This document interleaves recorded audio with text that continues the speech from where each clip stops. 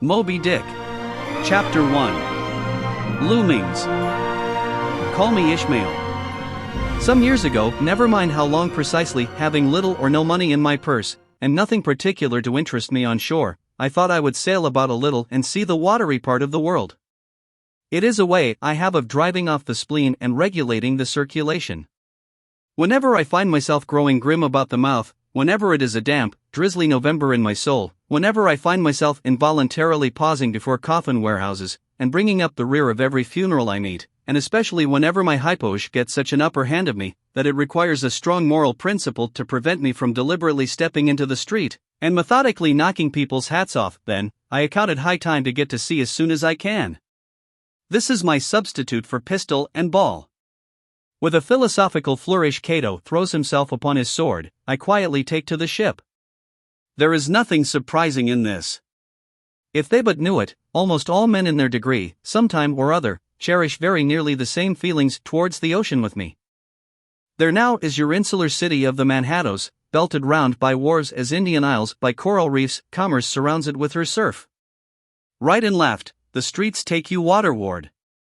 Its extreme downtown is the Battery, where the noble mole is washed by waves, and cooled by breezes, which a few hours previous were out of sight of land. Look at the crowds of water-gazers there. Circumambulate the city of a dreamy Sabbath afternoon. Go from Corlear's Hook to Coney Slip, and from thence, by Whitehall, northward. What do you see? Posted like silent sentinels all around the town, stand thousands upon thousands of mortal men fixed in ocean reveries. Some leaning against the spiles, some seated upon the pierheads, some looking over the bulwarks of ships from China, some high aloft in the rigging, as if striving to get a still better seaward peep. But these are all landsmen, of weekdays penned up in lath and plaster, tied to counters, nailed to benches, clinched to desks. How then is this? Are the green fields gone? What do they hear? But look! Here come more crowds, pacing straight for the water, and seemingly bound for a dive. Strange. Nothing will content them but the extremest limit of the land, loitering under the shady lee of yonder warehouses will not suffice. No. They must get just as nigh the water as they possibly can without falling in. And there they stand, miles of them, leagues. Inlanders all, they come from lanes and alleys, streets and avenues, north, east, south, and west. Yet here they all unite. Tell me, does the magnetic virtue of the needles of the compasses of all those ships attract them thither? Once more. Say you are in the country, in some high land of lakes. Take almost any path you please, and 10 to 1 it carries you down in a dale, and leaves you there by a pool in the stream. There is magic in it. Let the most absent-minded of men be plunged in his deepest reveries, stand that man on his legs, set his feet a-going, and he will infallibly lead you to water, if water there be in all that region. Should you ever be athirst in the great American desert, try this experiment, if your caravan happen to be supplied with a metaphysical professor. Yes, as every one knows, meditation and water are wedded forever. But here is an artist. He desires to paint you the dreamiest, shadiest, quietest, most enchanting bit of romantic landscape in all the valley of the Saco.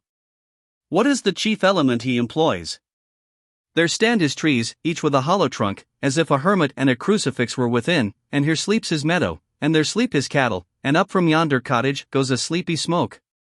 Deep into distant woodlands winds a mazy way, reaching to overlapping spurs of mountains bathed in their hillside blue.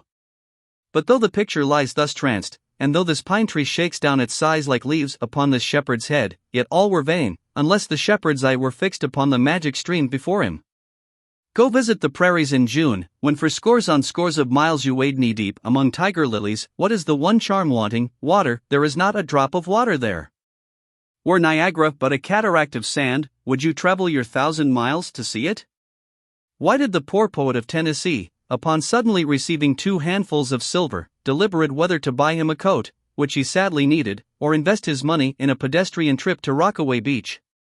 Why is almost every robust healthy boy with a robust healthy soul in him, at some time or other crazy to go to sea? Why upon your first voyage as a passenger, did you yourself feel such a mystical vibration, when first told that you and your ship were now out of sight of land? Why did the old Persians hold the sea holy? Why did the Greeks give it a separate deity, an own brother of Jove? surely all this is not without meaning. And still deeper the meaning of that story of Narcissus, who because he could not grasp the tormenting, mild image he saw in the fountain, plunged into it and was drowned. But that same image, we ourselves see in all rivers and oceans.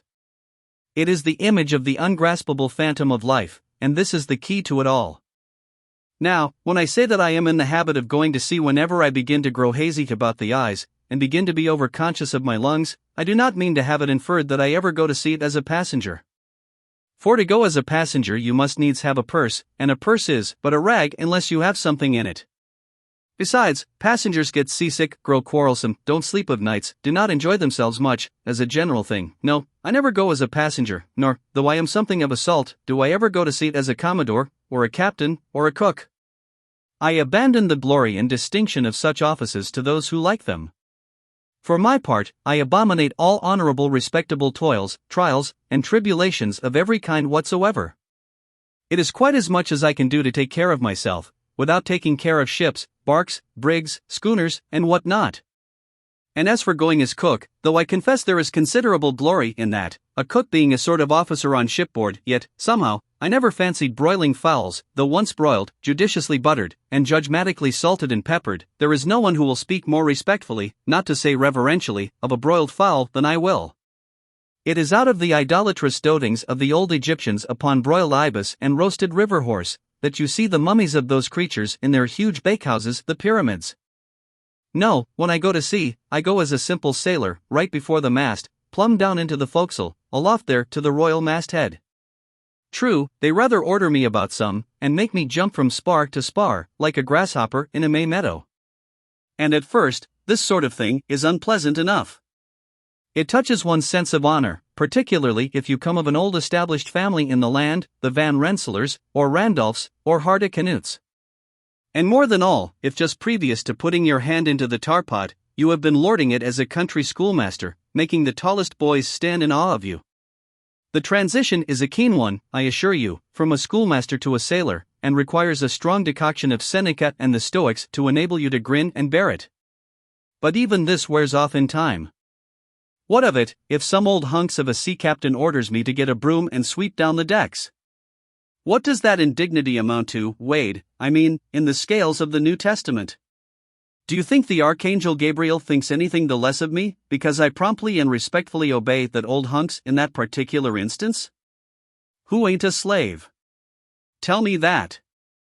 Well, then, however the old sea captains may order me about, however they may thump and punch me about, I have the satisfaction of knowing that it is all right, that everybody else is one way or other served in much the same way either in a physical or metaphysical point of view, that is, and so the universal thump is passed round, and all hands should rub each other's shoulder blades, and be content. Again, I always go to sea as a sailor, because they make a point of paying me for my trouble, whereas they never pay passengers a single penny that I ever heard of. On the contrary, passengers themselves must pay. And there is all the difference in the world between paying and being paid. The act of paying is perhaps the most uncomfortable infliction that the two orchard thieves entailed upon us. But being paid, what will compare with it? The urbane activity with which a man receives money is really marvelous, considering that we so earnestly believe money to be the root of all earthly ills, and that on no account can a moneyed man enter heaven. Ah! How cheerfully we consign ourselves to perdition! Finally, I always go to sea as a sailor, because of the wholesome exercise and pure air of the forecastle deck. For as in this world, headwinds are far more prevalent than winds from astern, that is, if you never violate the Pythagorean maxim, so for the most part the commodore on the quarterdeck gets his atmosphere at second hand from the sailors on the forecastle. He thinks he breathes it first, but not so. In much the same way do the commonalty lead their leaders in many other things, at the same time that the leaders little suspect it. But wherefore it was that after having repeatedly smelt the sea as a merchant sailor, I should now take it into my head to go on a whaling voyage, this the invisible police officer of the fates, who has the constant surveillance of me, and secretly dogs me, and influences me in some unaccountable way he can better answer than anyone else. And, doubtless, my going on this whaling voyage formed part of the grand program of Providence that was drawn up a long time ago. It came in as a sort of brief interlude and solo between more extensive performances. I take it that this part of the bill must have run something like this. Grand contested election for the presidency of the United States. Whaling voyage by one Ishmael. Bloody battle in Afghanistan. Though I cannot tell why it was exactly that those stage managers, the fates, put me down for this shabby part of a whaling voyage, when others were set down for magnificent parts in high tragedies, and short and easy parts in genteel comedies, and jolly parts in farces, though I cannot tell why this was exactly, yet, now that I recall all the circumstances, I think I can see a little into the springs and motives which, being cunningly presented to me under various disguises, induced me to set about performing the part one did, besides cajoling me into the delusion that it was a choice resulting from my own unbiased free will and discriminating judgment. Chief among these motives was the overwhelming idea of the great whale himself. Such a portentous and mysterious monster roused all my curiosity. Then the wild and distant seas where he rolled his island bulk, the undeliverable, nameless perils of the whale, these, with all the attending marvels of 1,000 Patagonian sights and sounds, helped to sway me to my wish. With other men, perhaps, such things would not have been inducements, but as for me, I am tormented with an everlasting itch for things remote. I love to sail forbidden seas, and land on barbarous coasts. Not ignoring what is good, I am quick to perceive a horror, and could still be social with it would they let me, since it is but well to be on friendly terms with all the inmates of the place one lodges in. By reason of these things, then, the whaling voyage was welcome, the great floodgates of the wonder world swung open, and in the wild conceits that swayed me to my purpose, two and two there floated into my inmost soul endless processions of the whale, and, mid most of them all, one grand hooded phantom, like a snow hill in the air. Chapter 2. The Carpet Bag. I stuffed a shirt or two into my old carpet bag, tucked it under my arm, and started for Cape Horn and the Pacific. Quitting the good city of Old Manhattan, I duly arrived in New Bedford. It was a Saturday night in December. Much was I disappointed upon learning that the little packet for Nantucket had already sailed, and that no way of reaching that place would offer, till the following Monday. As most young candidates for the pains and penalties of whaling stop at the same New Bedford, thence to embark on their voyage, it may as well be related that I, for one, had no idea of so doing.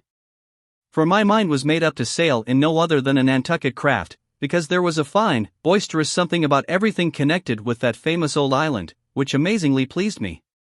Besides, though New Bedford has of late been gradually monopolizing the business of whaling, and though in this matter poor old Nantucket is now much behind her, yet Nantucket was her great original, the Tyre of this Carthage, the place where the first dead American whale was stranded.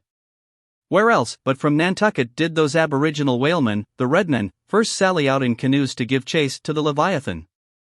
And where but from Nantucket, too, did that first adventurous little sloop put forth, partly laden with imported cobblestones, so goes the story, to throw at the whales, in order to discover when they were nigh enough to risk a harpoon from the bowsprit?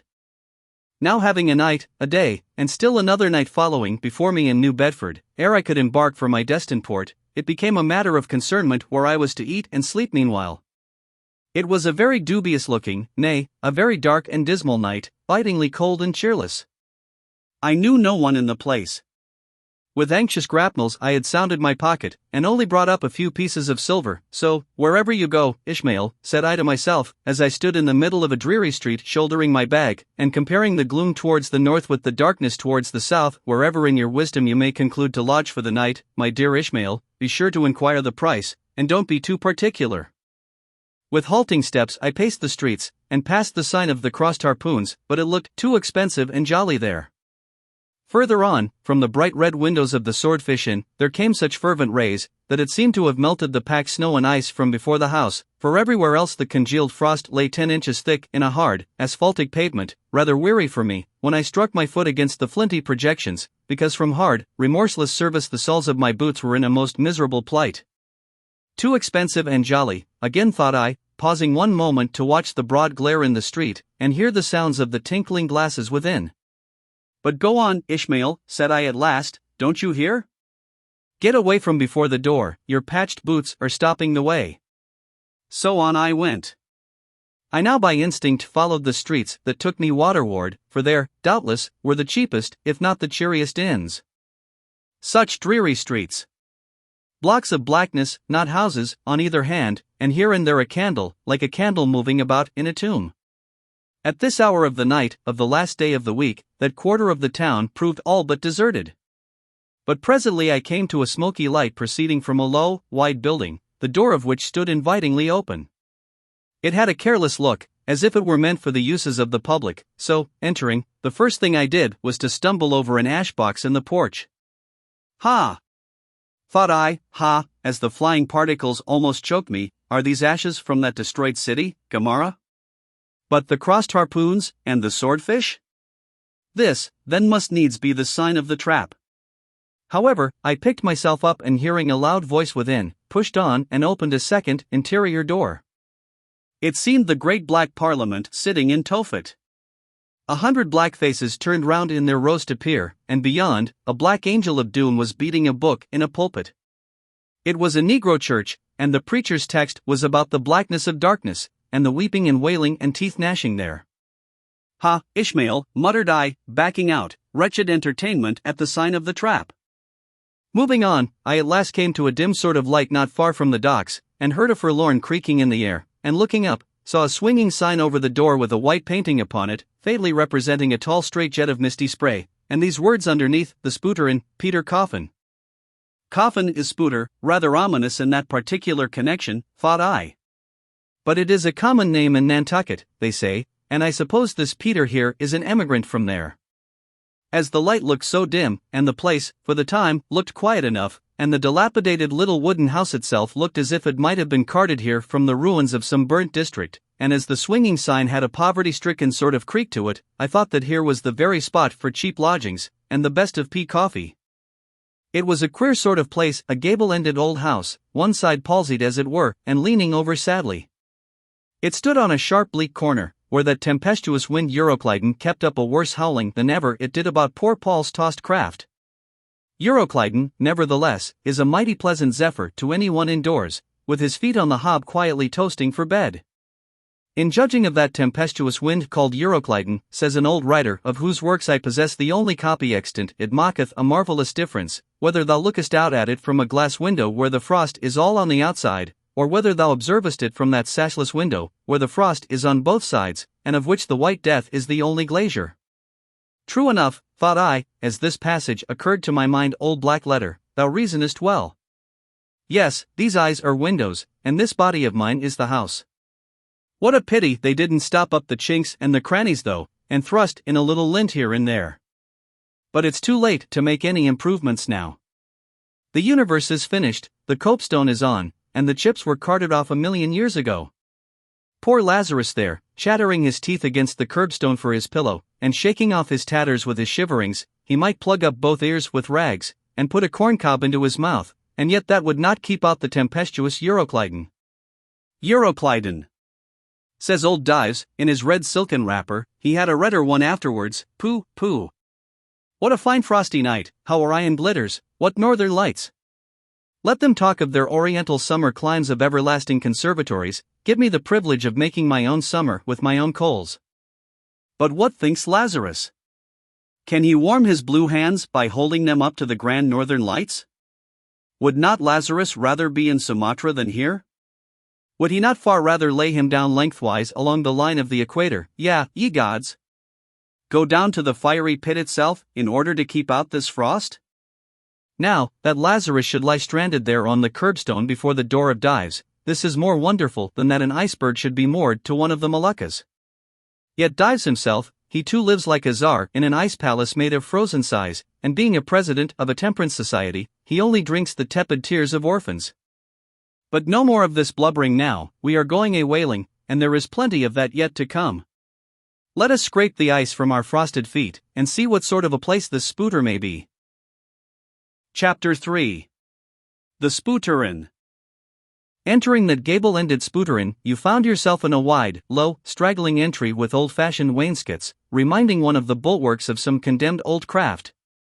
On one side hung a very large oil painting so thoroughly besmoked, and every way defaced, that in the unequal crosslights by which you viewed it, it was only by diligent study and a series of systematic visits to it, and careful inquiry of the neighbors, that you could any way arrive at an understanding of its purpose. Such unaccountable masses of shades and shadows, that at first you almost thought some ambitious young artist, in the time of the New England hags, had endeavored to delineate chaos bewitched. But by dint of much and earnest contemplation, and oft-repeated ponderings, and especially by throwing open the little window towards the back of the entry, you at last come to the conclusion that such an idea, however wild, might not be altogether unwarranted. But what most puzzled and confounded you was a long, limber, portentous, black mass of something hovering in the center of the picture over three blue, dim, perpendicular lines floating in an aimless yeast. A boggy, soggy, squitchy picture truly, enough to drive a nervous man distracted. Yet was there a sort of indefinite, half-attained, unimaginable sublimity about it that fairly froze you to it, till you involuntarily took an oath with yourself to find out what that marvelous painting meant. Ever and anon a bright, but, alas, deceptive idea would dart you through it's the Black Sea in a midnight gale it's the unnatural combat of the four primal elements it's a blasted heath it's a Hyperborean winter scene, it's the breaking up of the icebound stream of time. But at last all these fancies yielded to that one portentous something in the picture's midst.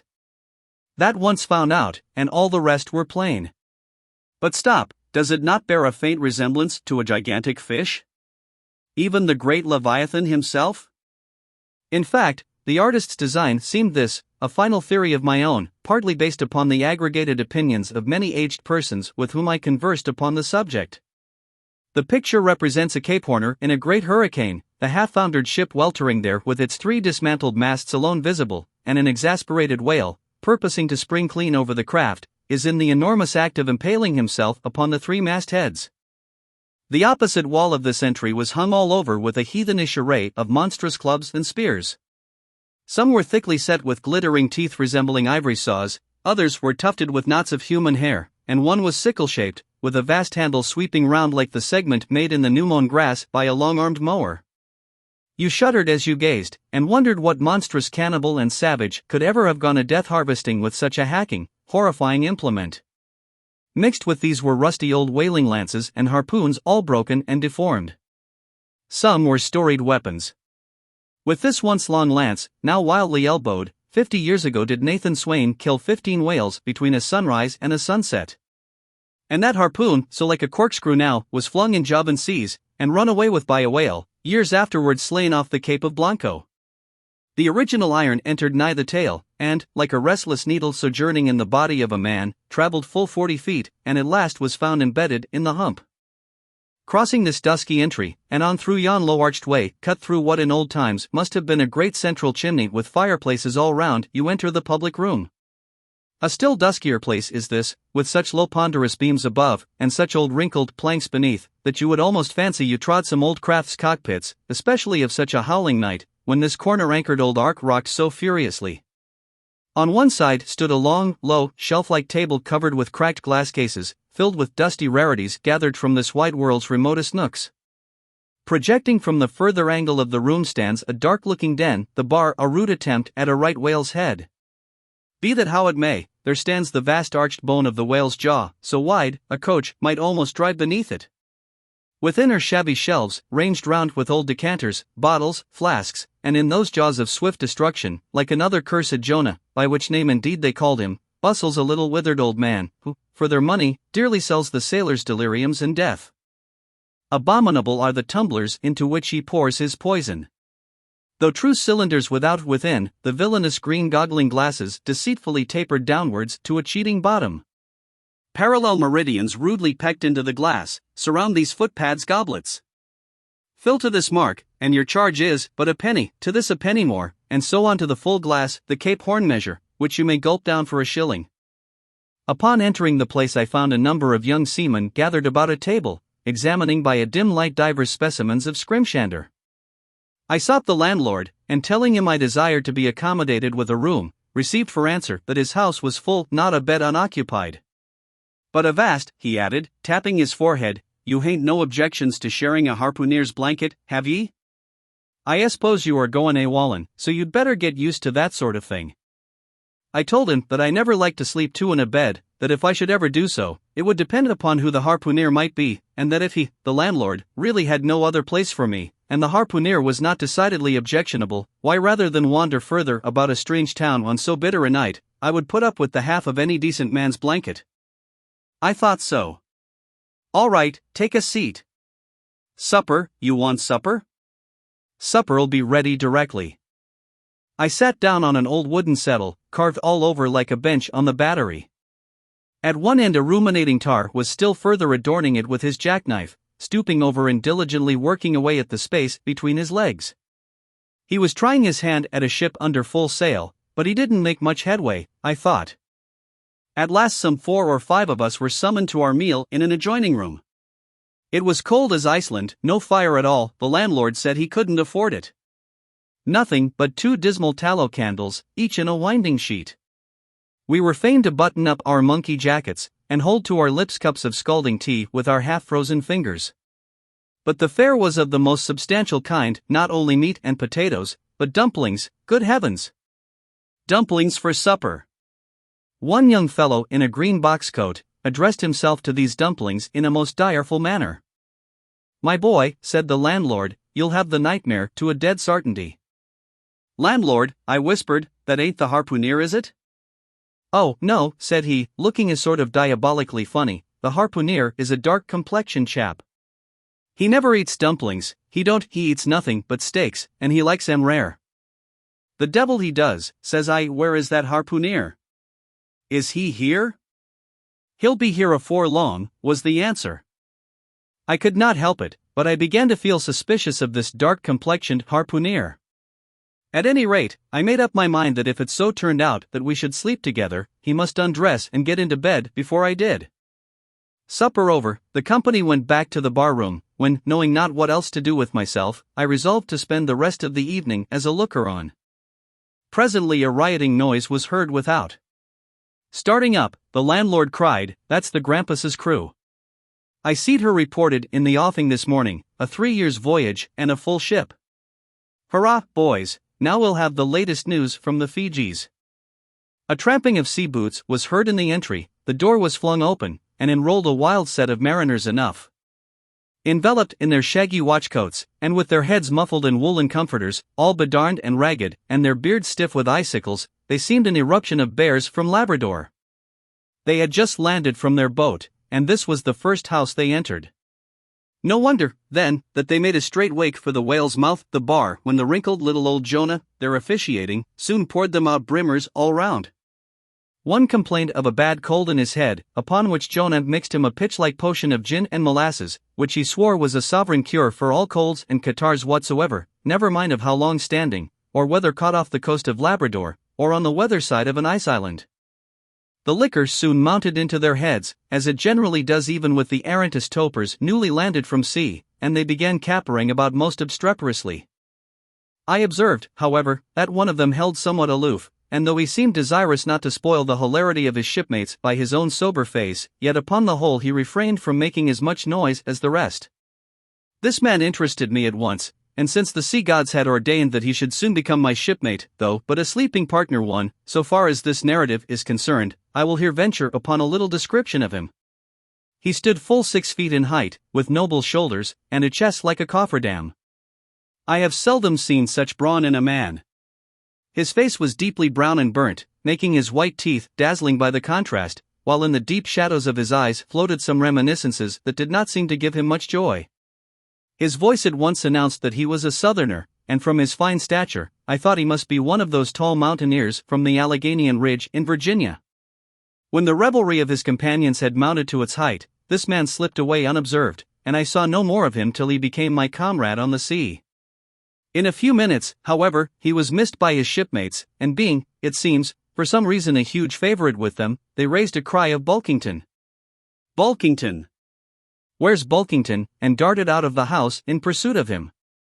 It was now about 9 o'clock, and the room seeming almost supernaturally quiet after these orgies, I began to congratulate myself upon a little plan that had occurred to me just previous to the entrance of the seaman. No man prefers to sleep two in a bed. In fact, you would a good deal rather not sleep with your own brother. I don't know how it is, but people like to be private when they are sleeping.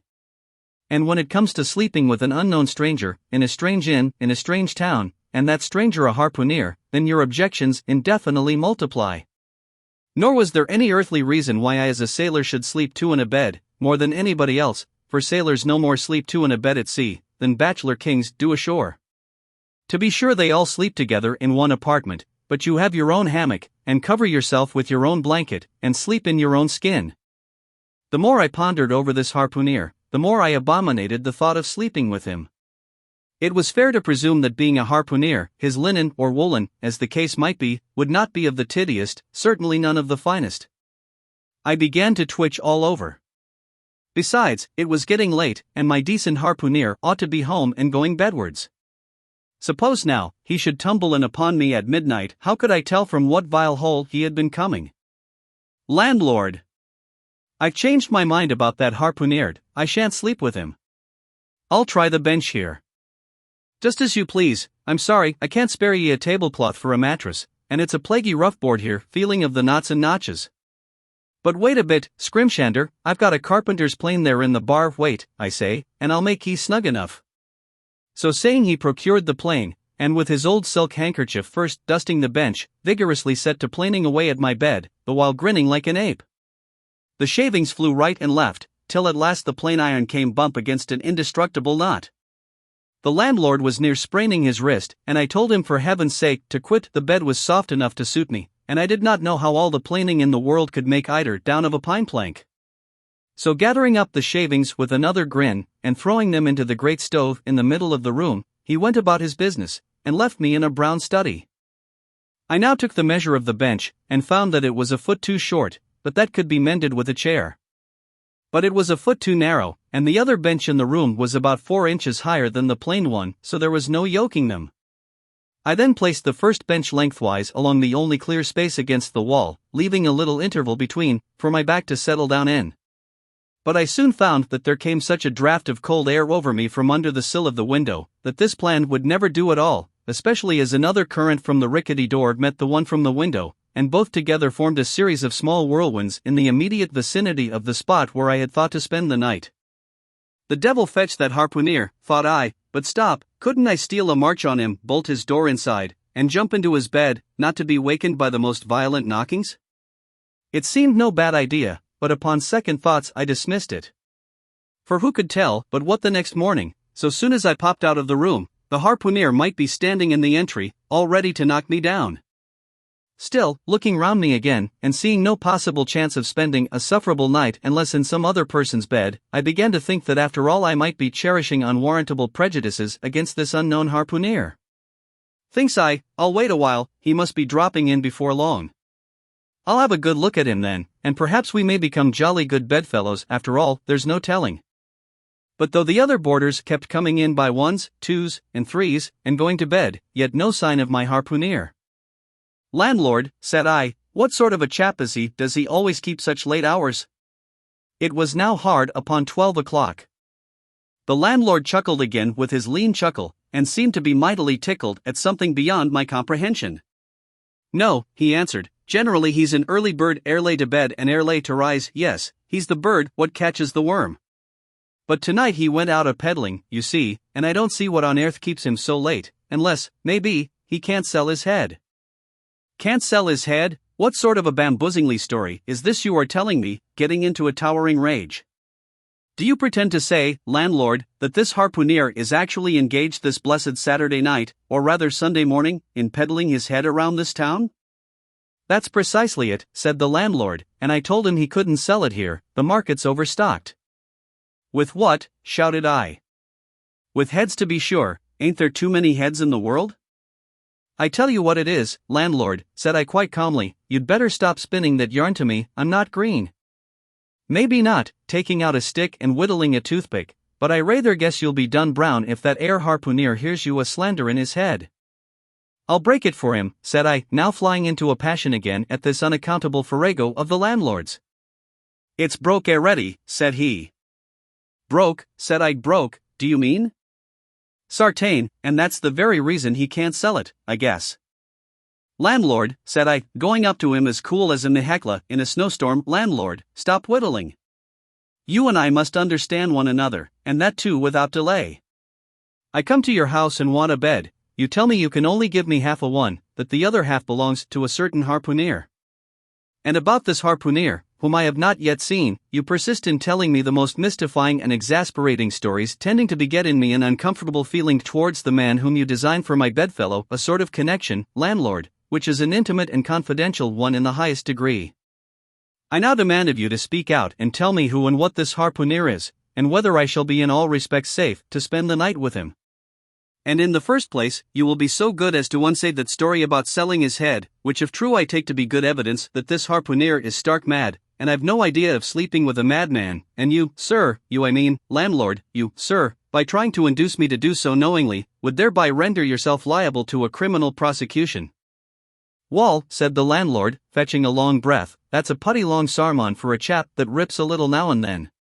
But be easy, this here harpooner I have been tellin' you of has just arrived from the South Seas, where he bought up a lot of bombed New Zealand heads, great curios, and he's sold all on but one, and that one he's trying to sell tonight, 'cause tomorrow's Sunday, and it would not do to be sellin' human heads about the streets when folks is goin' to churches. He wanted to, last Sunday, but I stopped him just as he was goin' out of the door with 4 heads strung on a string, for all the airth like a string of Aeneans. This account cleared up the otherwise unaccountable mystery, and showed that the landlord, after all, had no idea of fooling me, but at the same time what could I think of a harpooner who stayed out of a Saturday night clean into the Holy Sabbath, engaged in such a cannibal business as selling the heads of dead idolaters? Depend upon it, landlord, that harpooner is a dangerous man. He pays reglar, was the rejoinder. But come, it's getting dreadful late, you had better be turning flukes, it's a nice bed. Sal and me slept in that air bed the night we were spliced. There's plenty of room for 2 to kick about in that bed, it's an almighty big bed that.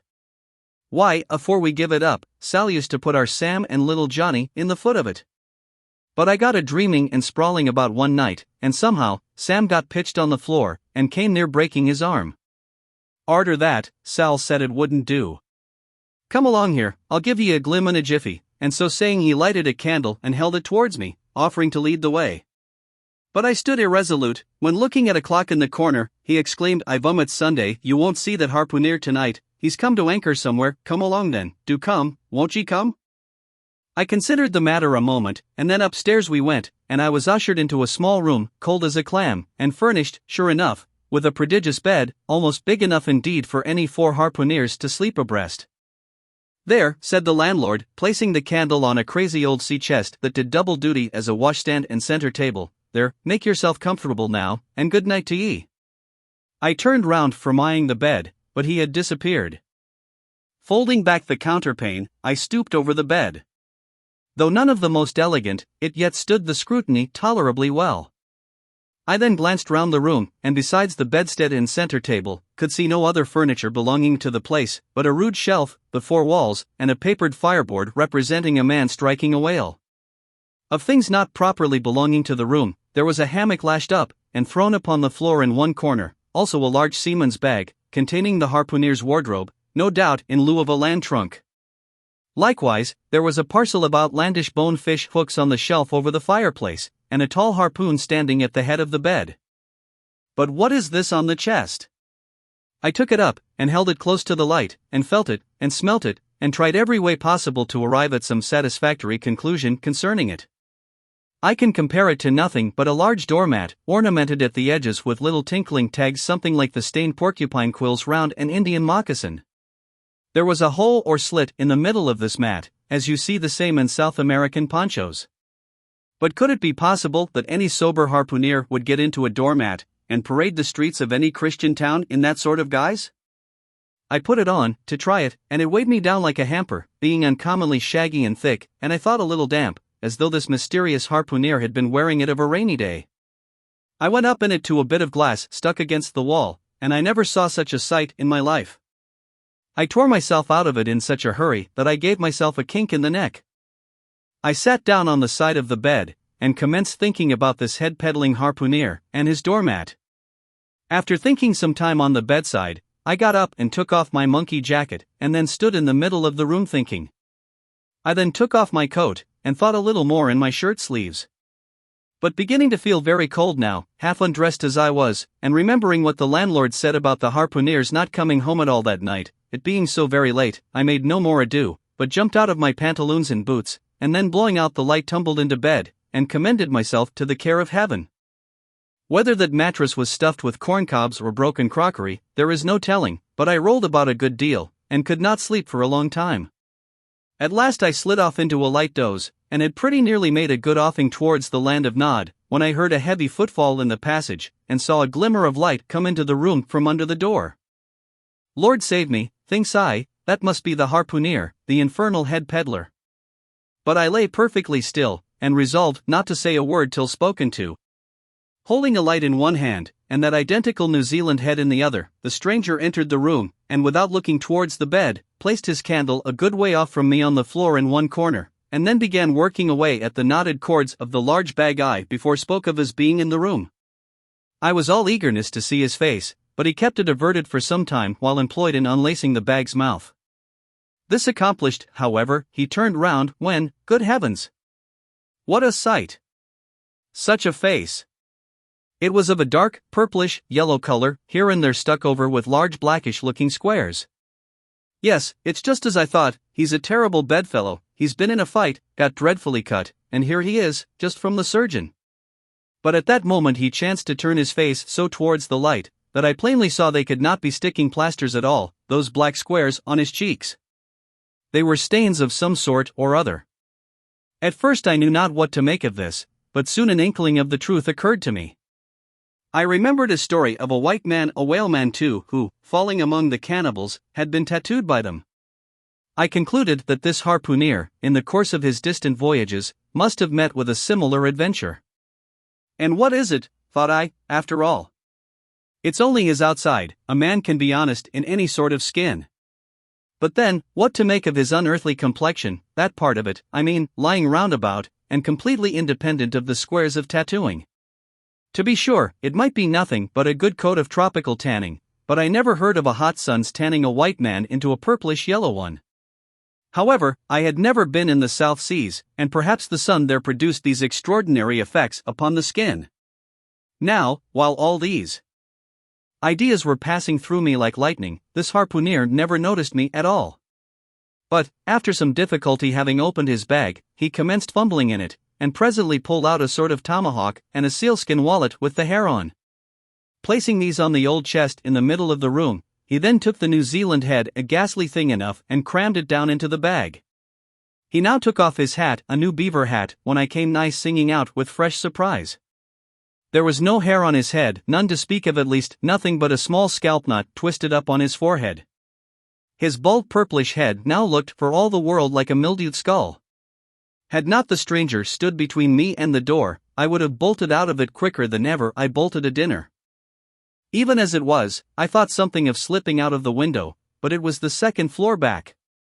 I am no coward, but what to make of this head-peddling purple rascal altogether past my comprehension.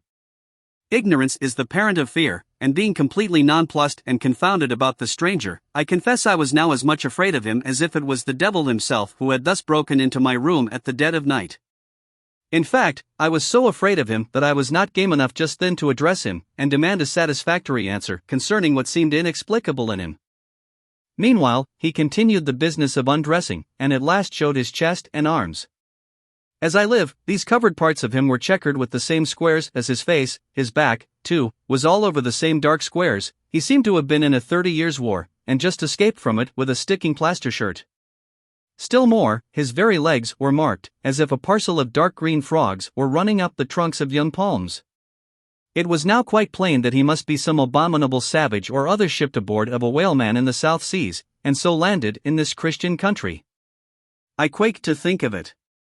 A peddler of heads too, perhaps the heads of his own brothers. He might take a fancy to mine, heavens! Look at that tomahawk! But there was no time for shuddering, for now the savage went about something that completely fascinated my attention, and convinced me that he must indeed be a heathen. Going to his heavy grego, or rapal, or dreadnought, which he had previously hung on a chair, he fumbled in the pockets, and produced at length a curious little deformed image with a hunch on its back, and exactly the color of a 3-days-old Congo baby. Remembering the embalmed head, at first I almost thought that this black mannequin was a real baby preserved in some similar manner. But seeing that it was not at all limber, and that it glistened a good deal like polished ebony, I concluded that it must be nothing but a wooden idol, which indeed it proved to be. For now the savage goes up to the empty fireplace, and removing the papered fireboard, sets up this little hunchbacked image, like a tenpin, between the andirons. The chimney jambs and all the bricks inside were very sooty, so that I thought this fireplace made a very appropriate little shrine or chapel for his Congo idol. I now screwed my eyes hard towards the half-hidden image, feeling but ill at ease meantime, to see what was next to follow. First he takes about a double handful of shavings out of his grego pocket, and places them carefully before the idol, then laying a bit of ship biscuit on top and applying the flame from the lamp, he kindled the shavings into a sacrificial blaze. Presently, after many hasty snatches into the fire, and still hastier withdrawals of his fingers, whereby he seemed to be scorching them badly, he at last succeeded in drawing out the biscuit, then blowing off the heat and ashes a little, he made a polite offer of it to the little negro. But the little devil did not seem to fancy such dry sort of fare at all, he never moved his lips. All these strange antics were accompanied by still stranger guttural noises from the devotee, who seemed to be praying in a sing-song or else singing some pagan psalmody or other, during which his face twitched about in the most unnatural manner.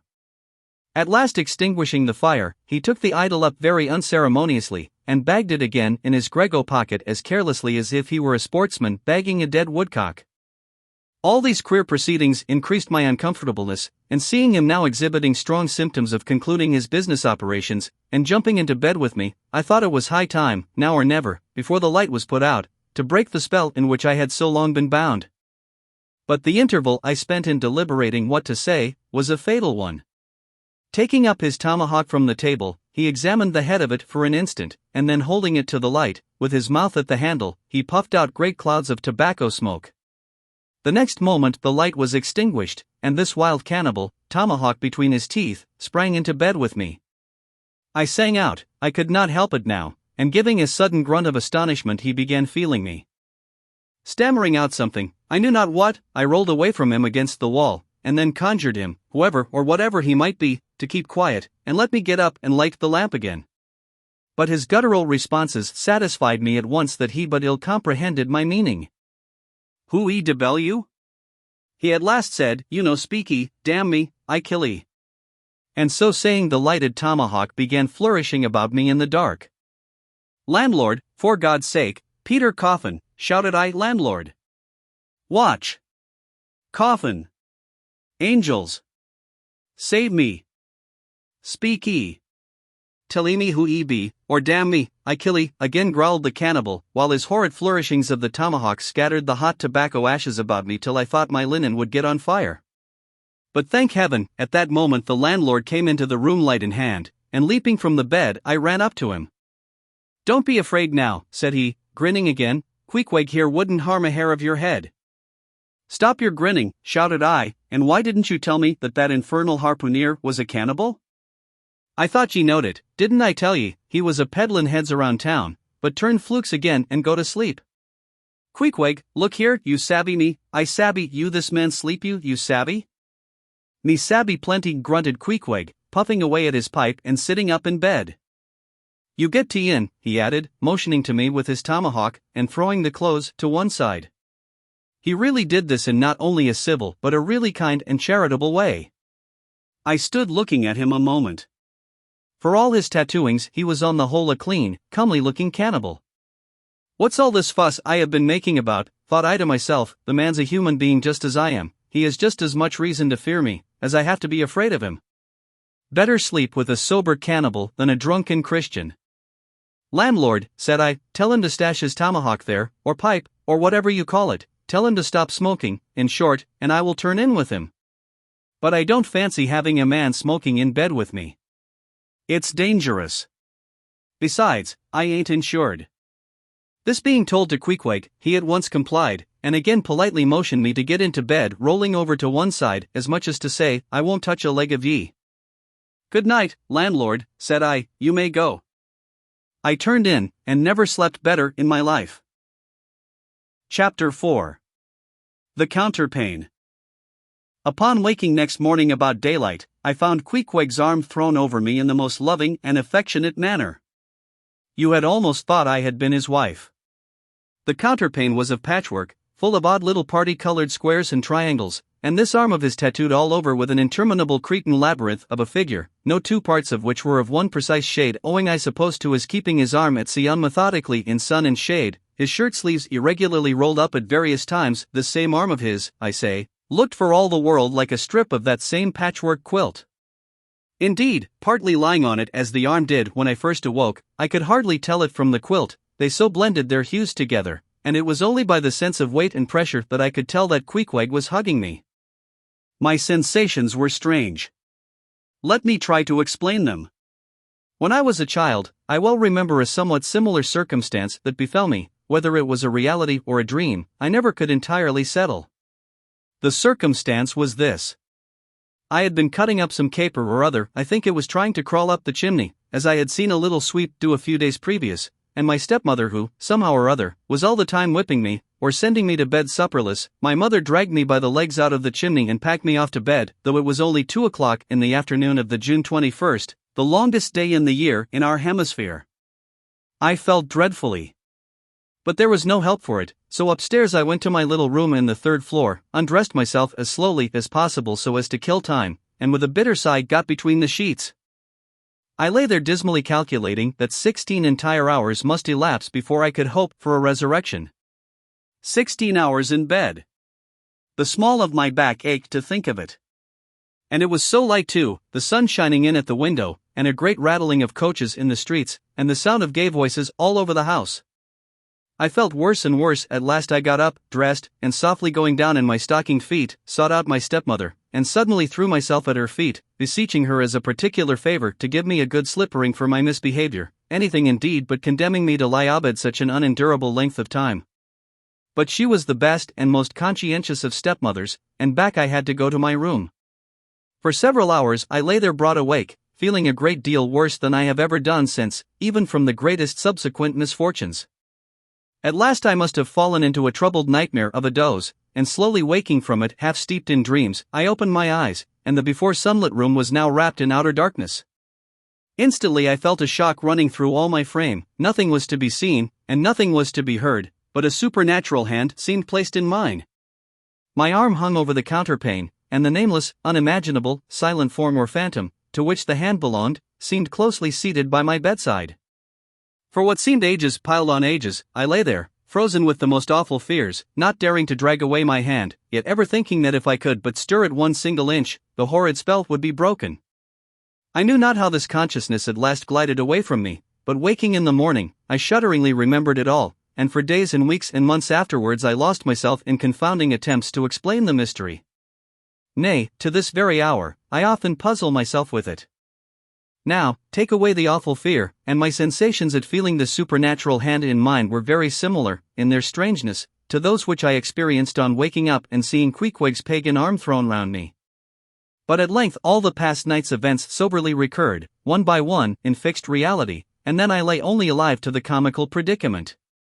For though I tried to move his arm, unlock his bridegroom clasp, yet, sleeping as he was, he still hugged me tightly, as though naught but death should part us twain. I now strove to rouse him, Queequeg. But his only answer was a snore.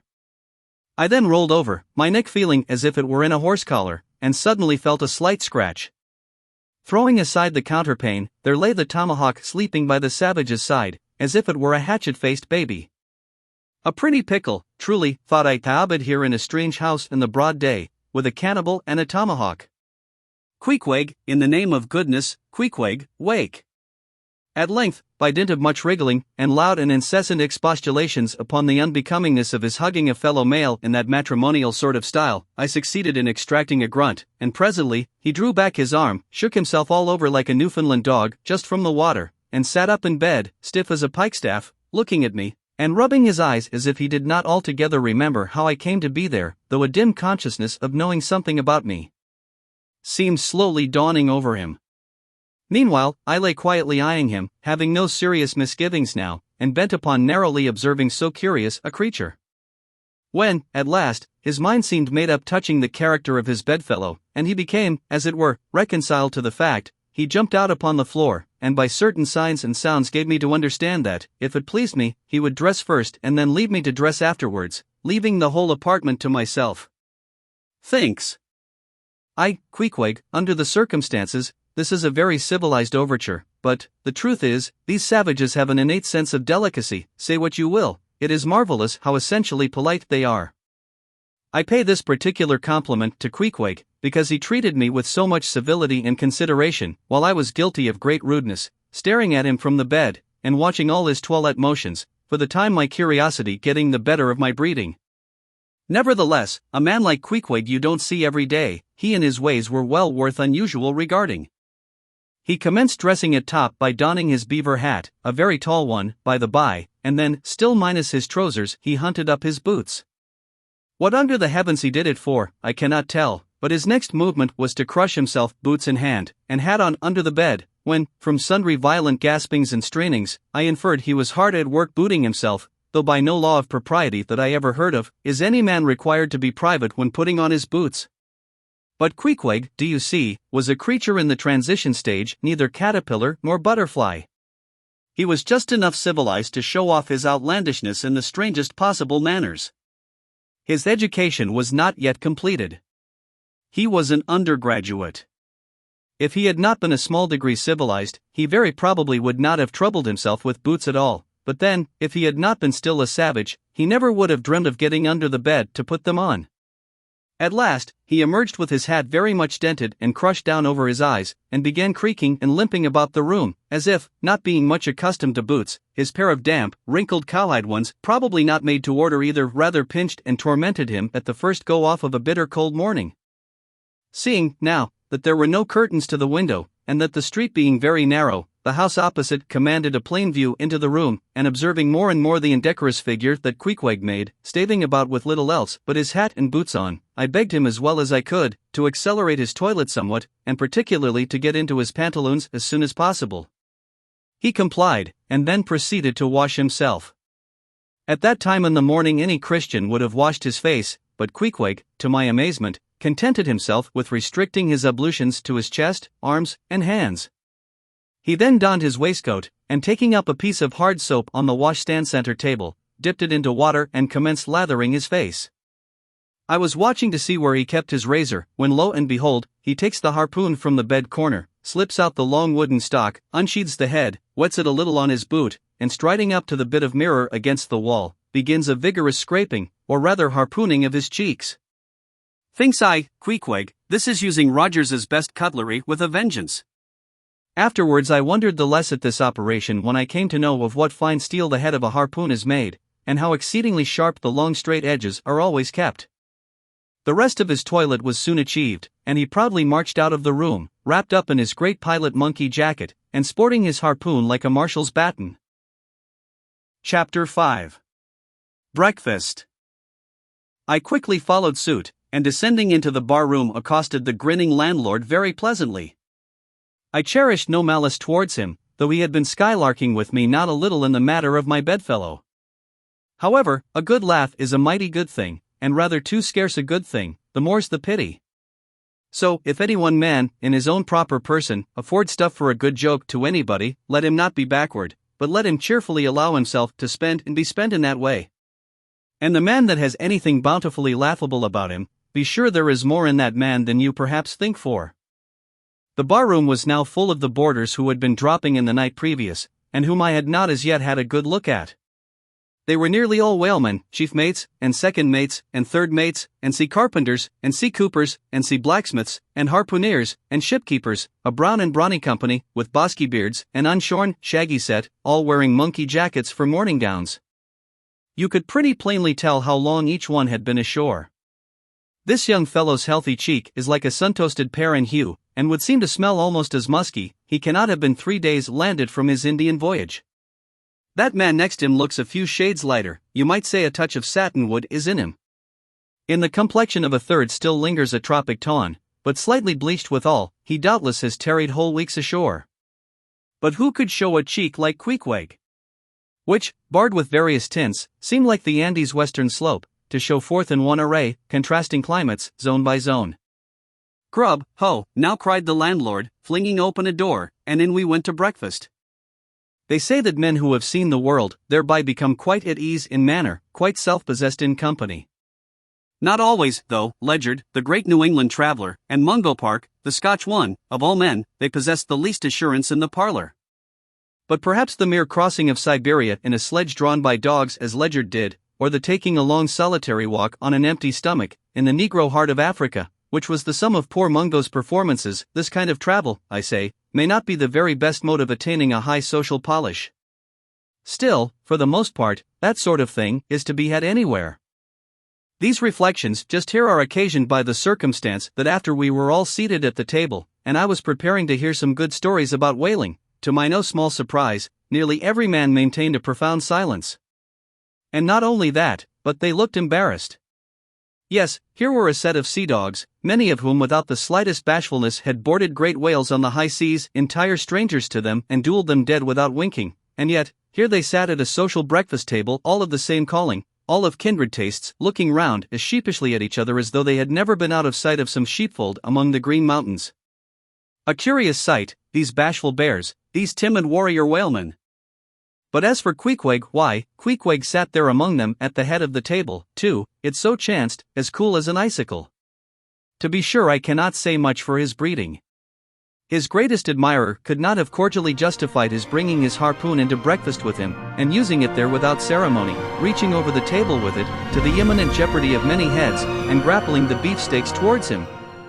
But that was certainly very coolly done by him, and everyone knows that in most people's estimation, to do anything coolly is to do it genteelly. We will not speak of all Queequeg's peculiarities here, how he issued coffee and hot rolls, and applied his undivided attention to beefsteaks, done rare. Enough, that when breakfast was over he withdrew like the rest into the public room, lighted his tomahawk pipe, and was sitting there quietly digesting and smoking with his inseparable hat on, when I sallied out for a stroll.